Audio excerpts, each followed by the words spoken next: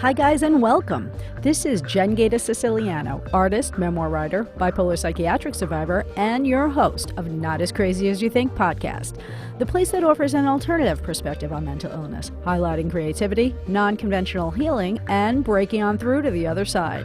If you are ready for a new narrative on the mental realm that celebrates crazy and cool without penalty, then Not As Crazy As You Think is for you. Hello, welcome to episode 3 of Not As Crazy As You Think podcast. Today we are very lucky to have Tina Klideris, founder of Artemix, New York City's leading art entertainment company. Hello, Tina. Hello, everyone. Hello, Jen. So nice to be here. Thank you so much for coming. Thank you for inviting me. I'm so excited.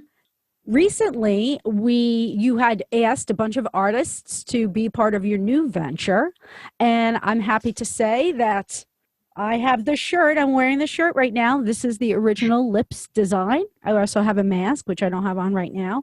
But before we go into all this, tell us a little bit about your business and Artemix, the products, the services that you guys provide, and how it began and how it evolved. And then we'll get a little bit more into what you're doing now. So Artemix started back in 1998. I was 21 years old at the time. And I'm happy to say that I can say that I own my company for half my life because I'm 44. Next year, I'll be able to say that I've owned my company for more than half my life. Right? Think about it. That'll be a very big milestone for me. Absolutely. So I started in 1998 at a mall. I had basically rented out a kiosk and I decided to do custom blend lipsticks. And the business was not doing very well. Nobody wanted to buy my lipsticks. Nobody knew what this thing was. And I was failing. I was miserable, working 7 days a week at the mall. And I was almost forced to shut the kiosk down because I couldn't afford to pay rent the next month. Plus, it wasn't even worth it because there were days, Jen, that I would be standing there at the kiosk and I made $3 a bottle of polish over a 12-hour day. So I knew that this was not going to work. I mean, it's crazy, to continue to spend your time on a business that is not working. And I knew at that point this was not working, the custom blend lipsticks. Right. But I didn't want to shut it down. I had put a lot of energy and time into it. So one day I was thinking, what can I do to attract customers? And I was just thinking, and that's when the idea, like I said before, that I always get these ideas, this lightning bolt of inspiration, it hit me. I remember that I had learned to do temporary tattoos at the School of Aesthetics that I went to.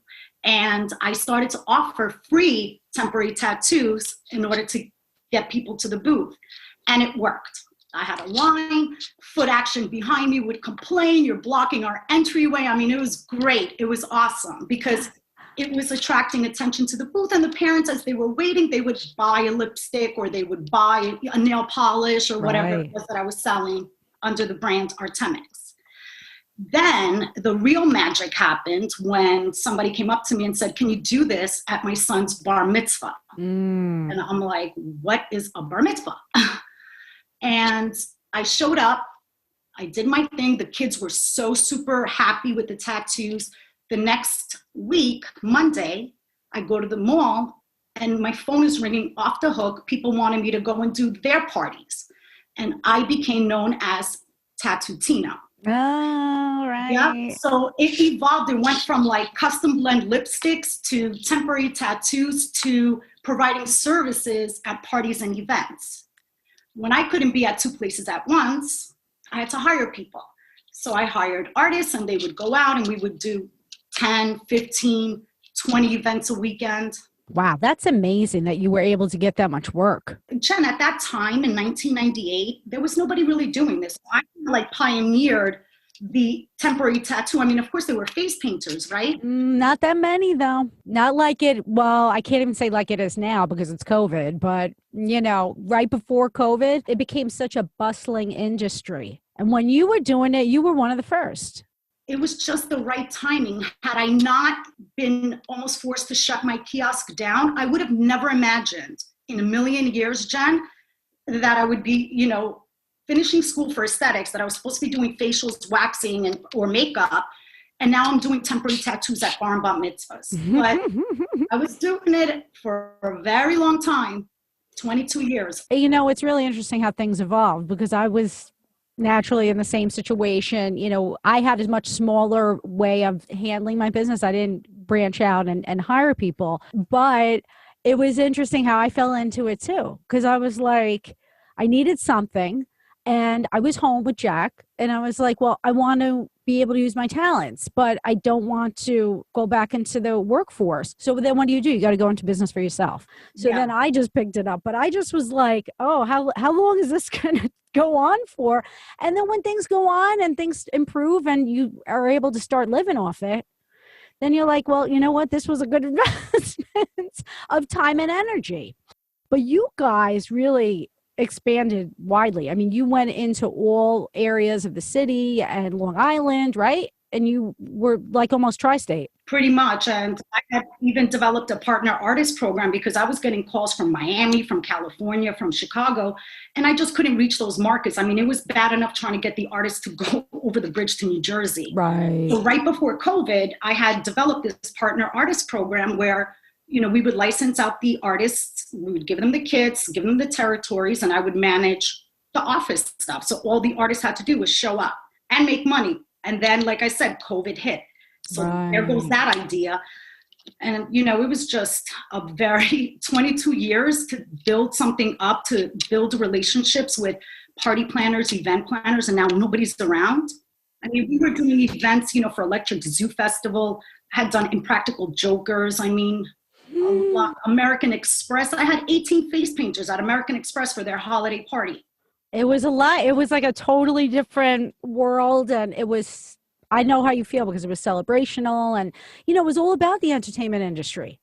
Right. And now it's like when you're like, okay, the entertainment thing is done and off. Oh, wow. How do I reinvent myself? But you did. So tell me a little bit about the next venture that you took on. Thank you. So what happened was, again, the same thing. I'm like, there is no way I'm going to close my company. There's no way in a million years. So I was just, again, desperately thinking, what can I do? What can I do? What can I do? And then bang, it just like came to me. It was like the genie came out, the genius. It was like a brilliant idea. I said, you know what I'm going to do? I'm going to reach out to all the artists that I have, in my community, our community, whatever you want to call it, and offer them an opportunity to submit their artwork. And I would print it onto masks, because people might not need any tattoo artists to show up at their events, right? But they need masks. That's right. That's how the next phase started. You had some struggle with your COVID experience. You were affected by COVID very personally. Yes, I was, because for the first time in my life, actually, I spent 3 weeks alone. I was like in self-quarantine. Jen, like a lot of times I would say, I don't have the time.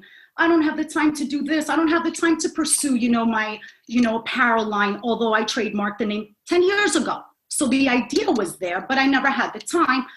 Life happens, kids, running the day-to-day business, doing all that stuff. I just really never had the time. So all of a sudden, COVID gave me the time. 3 weeks all by myself with nothing to do. Didn't you get sick? Very, very sick. So I woke up on April 9th, like sweating, like I was in a sauna, not in a like steam bath or something. It was like a hot sauna.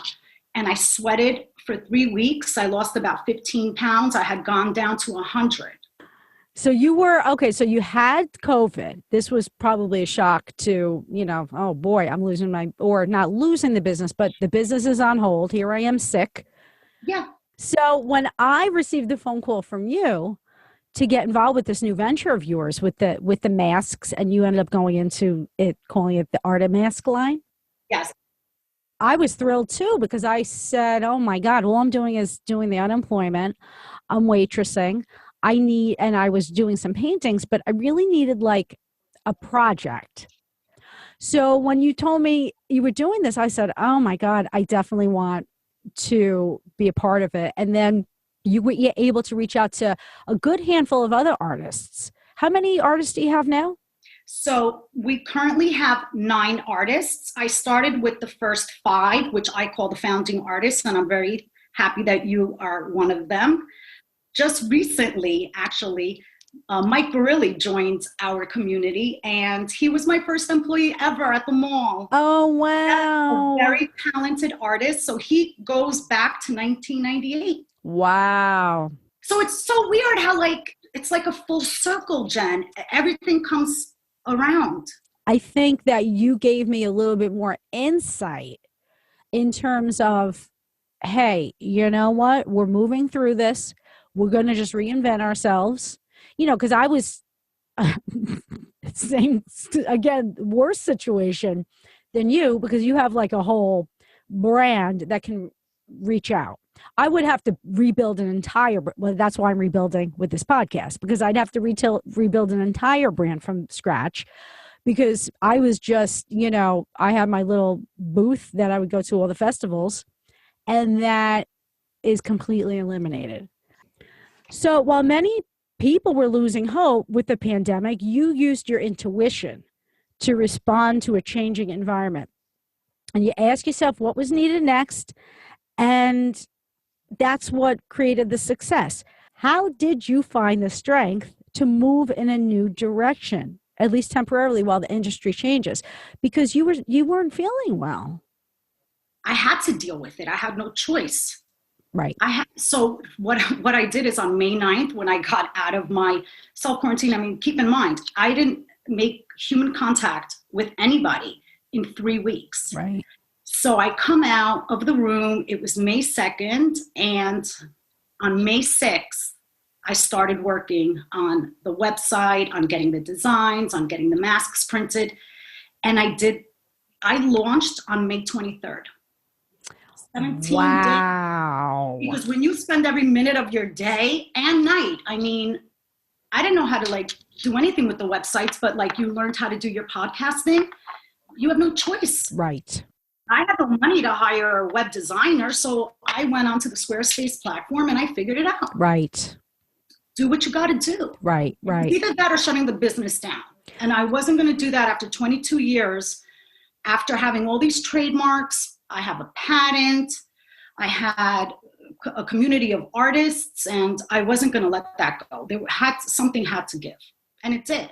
You're an example of the success that can happen when you take something negative or disappointing or something that's outside of our control, and you said, you know what, I am going to keep moving forward and create and visualize something new. A lot of people are struggling right now still, and it's hard for them to visualize something different.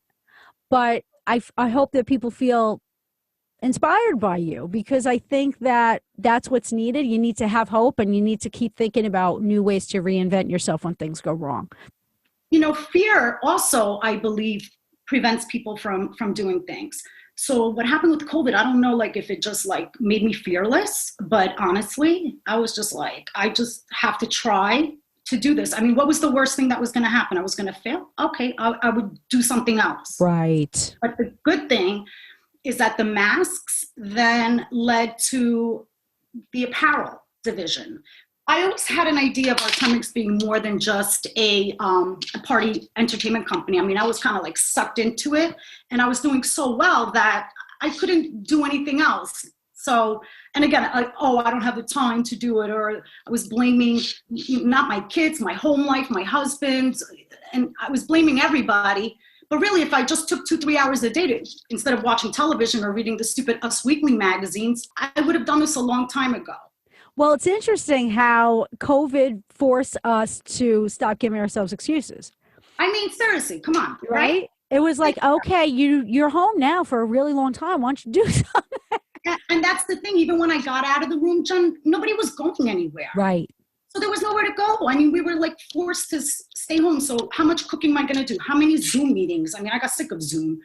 So I really had a lot of time. Right. And that's what COVID gave me, the time to focus. Well, again, it's funny because I remember when everything was going on and everyone was like, I don't know what to do. I don't know what to do. And all of a sudden people got creative And they're like, oh, I did this and I did that. And they were feeling so good and empowered. I was like, this is what creative people do. Exactly. And isn't it so great when you think of something and you bring it to life? I mean, look at you now. Aw. So happy for you. Once again, I feel like knowing you at the time that we had that conversation, when you were just coming up with these ideas and putting it out there, I was reminded by the power of thought, just putting a new thought out there, committing to it. And it was so simple, but hearing you, have the idea and then like figure out a way to make it move forward and then watch you make it move forward. It was like a step-by-step process. It was a learning experience, to be involved with you during that point, because then you realize how you got so successful because of that mentality. Thank you, Jen. Yeah. I mean, seriously, I had to figure everything out. Like I said, I had to build a website. I had to develop a product. I mean, and to top that all off, I had to figure out ShipStation. I never shipped a product. I only sent artists to events. That's all I knew how to do. Interesting. And you're doing something else now besides the Artemix apparel line. What other products are you pushing now? So, okay, this is my latest invention. Are you ready? Love it. It's a do-it-yourself party kit. Perfect. Because you know what it is, Jen? People still want tattoos, but the artists can't go for whatever reason, right? Right. So with this little kit, and I can put a tattoo on and show you how easy it is. But here's the thing, though. So it's either like, am I ever going to do a tattoo party again? This kit is either going to make or break me. If you think about it, I adapted and I created a product that's going to compete with me. No, you know what? I think it's the right thing, because you could always take that product off the market if you want to go back out there one day. And I only, promote temporary tattoos because I believe in change. Only the imagination is permanent, because we have to be adaptable and change. So I'm going to put this little moon and star. And I'm going to take my black ink. I'm going to shake it a little bit. Brush the ink on. Look at how easy. Wow. So this is not just glitter tattoos. These are... Well, these are actual paint tattoos. So no equipment necessary. I mean, They last as long as the airbrush tattoos. Oh, which, by the way, an entertainment company, Geo Events, one of my favorite companies that I work with, has an event in Miami and called me yesterday to see if I had an artist. And I said, I did before COVID hit, and she came back to New York. So I said, what do you think about, doing these do-it-yourself kits? And he was so thrilled about the idea, but being that the event was just like 2 days away, it wasn't going to happen. But he was so super excited. So I know that this is going to take off.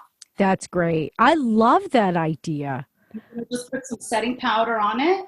Okay. And that comes with the kit? Yeah, and everything comes with the kit. So the kit is all inclusive, so you don't need anything else. Look at this. There's my tattoo. Awesome. That looks great. And it looks real, a matte finish, so they're not shiny, they don't look fake. And you can easily remove it with alcohol or baby oil. It's alcohol-based? It's an alcohol-based paint, right. Yes. Okay. And it's waterproof, so you can take a shower with it. The face paints are water-based, so that's why you can easily remove it with water. In this case, this is easily removed with rubbing alcohol or with baby oil. It stays on for how long? A couple days? It can last anywhere from 3 to 7 days. Oh, the kids love that. Rub it in the shower. If you can't apply body lotion over it, but these kits come with care instructions as well as application instructions. But as you saw, it's a peel and stick system. It's a brush-on formula, so you don't need to pour liquid paint into any containers. You know what the process is like too. Yeah. So I simplified it and I made this easy do-it-yourself kit that, hopefully people around the world will want it at their small little parties or just to have fun by themselves, because we're going to be shut down soon. And it comes complete with the stencils. Nice. You get 5 colors. You get your setting powder in a matte and in a glitter finish in case you want it to sparkle and shine. And we also have one in a glitter kit form. So we have 2 party kits, the ink and the glitter. Okay. And how many stencils comes in it? 50 stencils. Oh, that's great. It's enough to apply at a party, right? The guests can easily do it themselves, and then they can take the rest home. So it's also like a party favor. How much are they? $24.99. But it's also entertainment. If you were going to hire an artist to go to the event, right? Think about it. It's an excellent party favor. And now you can't do things with kids. You can't take them to, Grand Prix Auto. You can't take them to Bounce View, right? Or movie theaters. Ice skating rinks. All those things are just limited now. So these kinds of things, you're bringing the party and the fun past the party. Right. So nice to have a nice favor like that. It's cute. It's individual. It's safe because each one is for each guest individually. They use what they want and they take the rest home. Do you have any bigger sizes or just that size? So this is just the party kit size, but all of our products can be bought through our website. So we sell all this paint individually if you don't want it in a kit, or if you wanted to expand on your stencil line and you wanted to get theme stencils, those will be soon available on the website. Perfect. And what's the website so that people know? So the product site is artemixbodyart.com. ARTEMIX bodyart.com. So people, please take a look at her website, because you're going to see all the interesting ideas that she has and all the whole apparel line. Tell us a little bit more about this talented group of people and what you're offering them. I know as you bring these artists in, there's obviously something in it for the artists. So tell us a little bit about that. This is, I believe, to be, a first of its kind model where the artists make 20% and all they do is submit a design that's theirs to do whatever they want with it, but they just give me the right to be able to print it onto whatever it is, a t-shirt or a backpack. And if that item sells, they, at the end of the month, get 20% of all the sales. That's fantastic. And I do all the other work, the office work. I take the orders, I print the orders, I process the orders, and I ship the orders. And I deal with all the sales tax and all that other admin stuff that artists really don't want to deal with. They don't want to, and even like building like an Etsy page or anything like that, it takes time. And, some of them, they just don't want to do it. So I gave them an opportunity to be able to be part of something. It's slowly growing. It's one of the reasons why I got into body painting, because artists are alone a lot of the times. And they're just like kind of in their own place and space. And, in order to create a good piece, you have to be with it for hours and hours and hours. And one of the things that I liked about the whole body painting circle is that it was always about artists coming together. Now, with this, obviously, we're not coming together physically, but there's this sense that we're part of something. And it does resonate, I believe, with many of artists right now, because, now we're thrown back into our little cubbies where we're not doing much, but, being alone. So this, always being involved with a project like that is so exciting. Are you on the lookout for more artists, and how do they get in touch with you? So we're always looking for more artists to come into the artist community and join our team. They can, find us online. We have a Facebook page. You can find us at Artemix NYC, which is ARTEMIX NYC. That's on Facebook, Instagram. We are on Twitter, and just through the website. If you're interested in joining our team, just send us, contact us, email, and we'd love for you to jump on board. Awesome. Do you have any words of advice or something specific that people could hold on to for those who found themselves having to start over this year? You have to be open to change. You have to be open to the idea of adapting. Some people get so stuck and they just can't evolve. Yeah. So I just believe in thinking about the possibility of change. That's the only thing we can count on right now, is that things are continue to change. Right? We have no idea what's going to happen. And you got to hold on to what you think you can control in this stage and just kind of run with it. And, that's what you continue to do, which is awesome. We talk a lot about mental health and mental illness on Not As Crazy As You Think podcast. I am a big pro of mental health strategies, and you clearly have this great outlook that's, very helpful to our listeners. What specific experiences, if you ever have had, and particularly, this year or any other year, that were overwhelming or maybe set you back in a certain situation with your business or with anything else? And how were you able to rise above that? So here's the thing, Jen. I've had 3 depressions in my 22 years of being in business. The first one, depressions, psychologically and economically, of course, because when your psyche is down, business goes down, and when business goes down, it goes hand in hand. So it was during the 9/11 events, the 9/11 events, the whole entire industry kind of like took a hit. The next time was in 2008 when the recession hit. And again, the whole entire industry was down because people didn't have money. And the ones that didn't want to show off that they had the money, spending $100,000 on a bar mitzvah, right?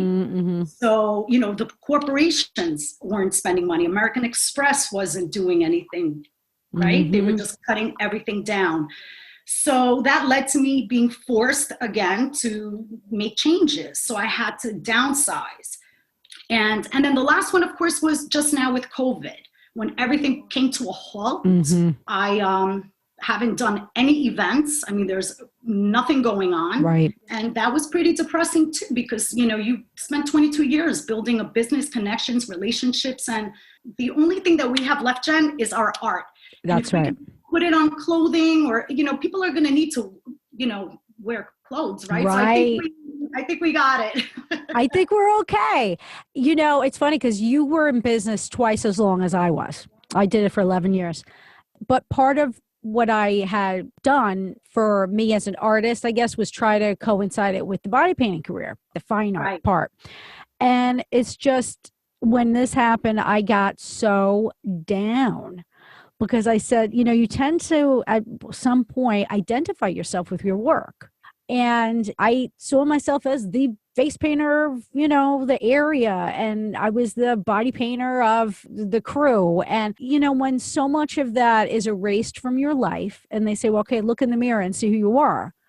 You say, well, what's left? And then so you could either crawl into your hole and say, I have to nurse my wounds, which I did do, or at some point kind of come out of that cave and say, you know what, I'm going to pull up my bootstraps and have faith in myself, because I was successful up until this point because of who I am, and I can start something new. And what was so good about what you did was that you used your brand already.